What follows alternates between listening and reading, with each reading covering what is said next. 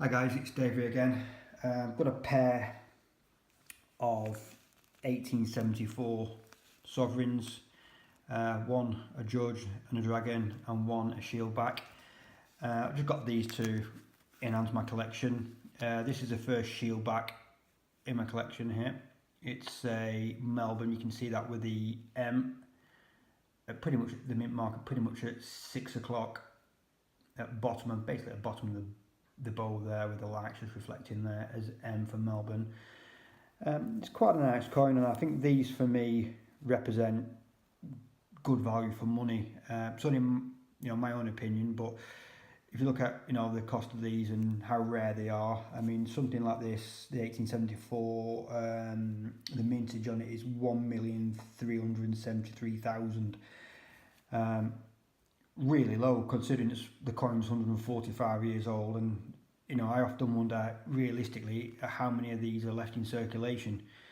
A lot of them would have been lost to time.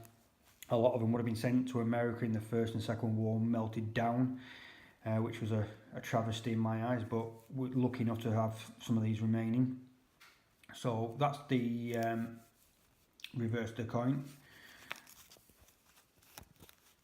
The obverse, there we go, that was a portrait by William Wyatt, and she's in not bad nick. The other one I got, I think the obverse is actually better condition than this one. Like I say, she's in not bad nick, especially for a 145-year-old coin.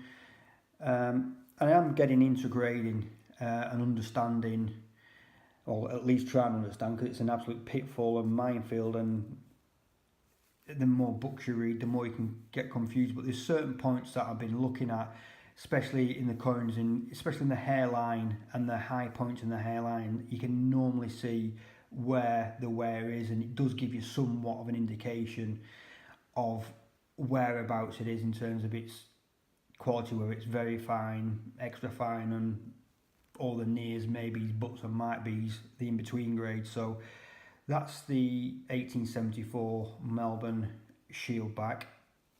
Yeah, it's quite a nice coin, that. It's definitely one for keeping, that one. Again, it's in relatively good nick, so I quite like that one.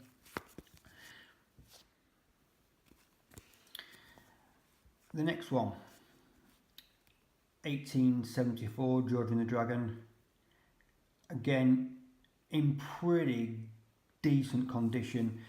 Areas I look for now is around about where the horse's rein passes its neck over there. It's only a very, very thin piece of material. On some of my other historic sovereigns, that's definitely an indicator of one of the early wear points. Again, these are only my own observations, and I'd encourage anybody to look with their own eyes and try and assess it for yourself. But this one is quite a decent nick, 1874, and you don't see a mint mark.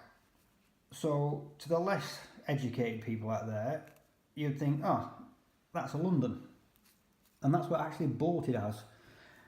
But with a little bit more understanding, as you flip it over,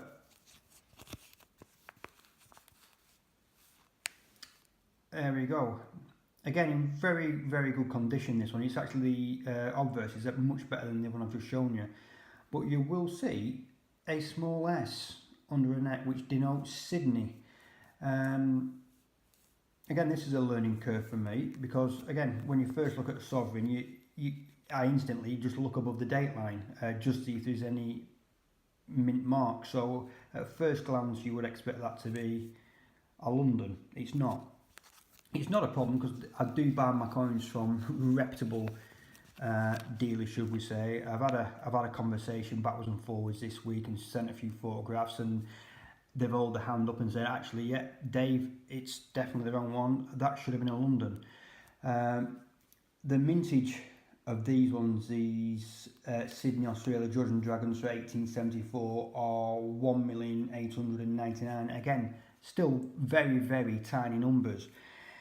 However, the Londons, we had a total mintage that year of 520,000, but that 520,000 included, as I believe, some shield backs as well as the Georgian Dragons within them figures. So, you know, if you took a half on that, the Georgian, the Dragon, should be what, 250,000, 260,000, very, very tiny numbers, and it's quite a sought after coin. So I will be getting my 1874 Georgian the Dragon London coin maybe next week by the time it turns up, so I will be showing that. So it's best to, again, if you can learn something. I've definitely learned something about these coins. So definitely on these ones, the mint mark on is not above the date.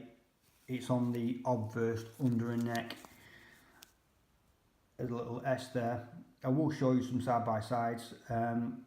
If anybody's got any questions or any pointers what to look at, but you know, I'm more than happy to hear anybody's thoughts. So there we go, and I'll look at the photographs at the end of this video, and I've taken some quite good ones so you can actually see the details, especially in the hairline. This one definitely pops a little bit more. So thanks for watching, and I'll leave it there. Thanks very much.